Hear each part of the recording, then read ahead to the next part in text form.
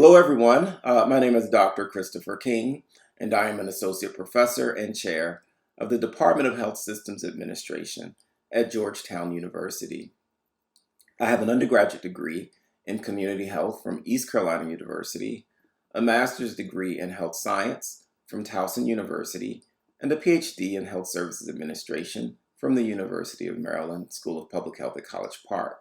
I'm also board certified in healthcare management through the American College of Healthcare Executives. During my childhood, I was always fascinated and interested in health and well-being. And I was quite narrow-minded in my thinking, thinking that the only option would be to become a doctor. But as I pursued my education, it became clearer to me that there are so many professions in the healthcare space.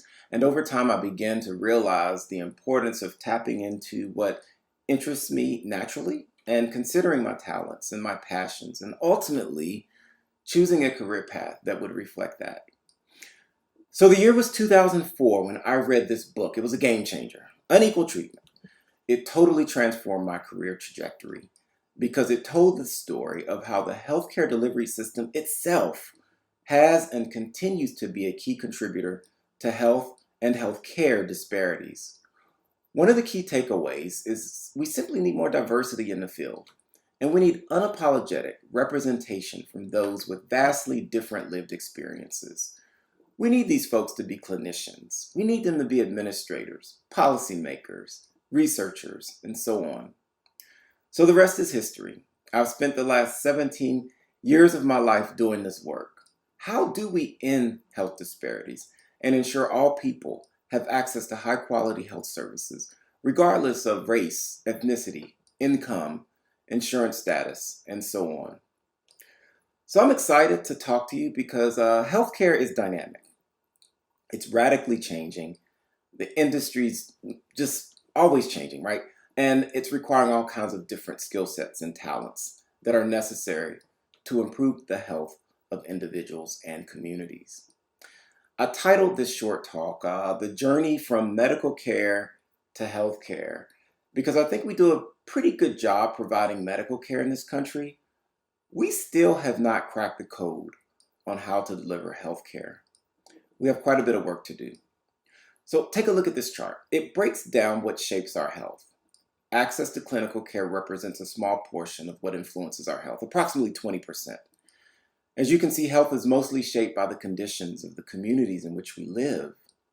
Do we have access to jobs with livable wages? What about safe and affordable housing, or access to healthy and affordable foods? Or what about a high-quality education? When communities are underserved, we will naturally see poor physical and mental health outcomes. So when I say we must evolve from medical care to health care, I'm asserting that we have to reimagine first how we think about health and consequently how we organize and deliver services to meet patients' holistic needs. So here's an example, right? If a prescription needs to be taken on a full stomach, but the patient is food insecure, it wouldn't make much sense to prescribe that medication until that patient's food insecurity issue has been resolved. So, evolving from medical care to healthcare, it will require us to apply an equity lens. And here's one of the best ways to understand equity. Take a look at this image. You can see the characters on the left-hand side. They all have the same size box to stand on. This, my friends, is equality, or the condition in which everyone gets the same amount. But as you see, they don't all have access to the apples. The apples are a metaphor for opportunity. But on the right-hand side, you can see the height of the boxes has been adjusted according to need. This is equity, which recognizes that some people need just a little more support than others. Because we all didn't start off on the same playing ground when we were born, and we live in a world where many populations have and continue to be systemically disenfranchised. A deep-seated history of systemic racism, political injustice, discrimination, and bias has left communities behind and contributed to disparities. Recognizing this and all that I've shared with you thus far, the question is, how do we rethink healthcare?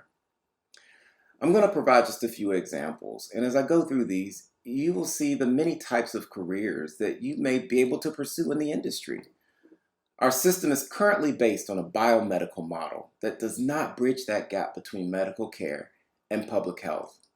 We need health information technologists who are data visualization experts in public health. These professionals will help us do a better job in using health utilization data to inform social justice efforts and public health priorities. And in order to address patients' holistic needs, we need partnerships with community-based organizations.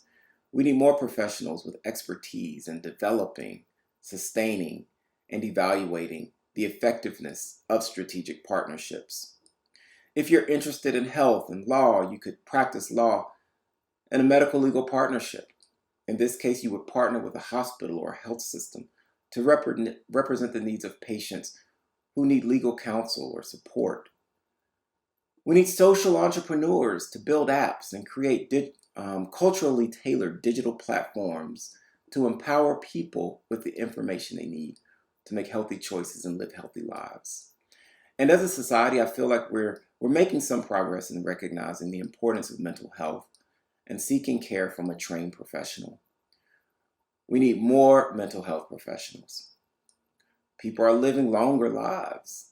We need administrators and clinical professionals who specialize in geriatrics or care for the aging. And of course, we need doctors and we need nurses and allied health professionals who are committed to social justice and health equity. I can go on with the new and emerging careers that are entering the market, that we see in the market. But regardless of the role, it's important that we recognize how we are operating in a system that does not have origins to address the needs of all people. Examples include people of color, the LGBTQ community, people who don't speak English as a primary language, or those with certain religious belief systems. I argue that each of us, we must pursue work with an end goal to create a healthcare delivery system that is equitable and holistic. Let's think about our natural talents. What are we good at, and what do we enjoy doing the most? And I assure you, when you do that, there'll be a career for you at the table in the healthcare space, one that will take us all to a better and brighter future. I wish you all the best, and thank you so much for listening to me today. Take care.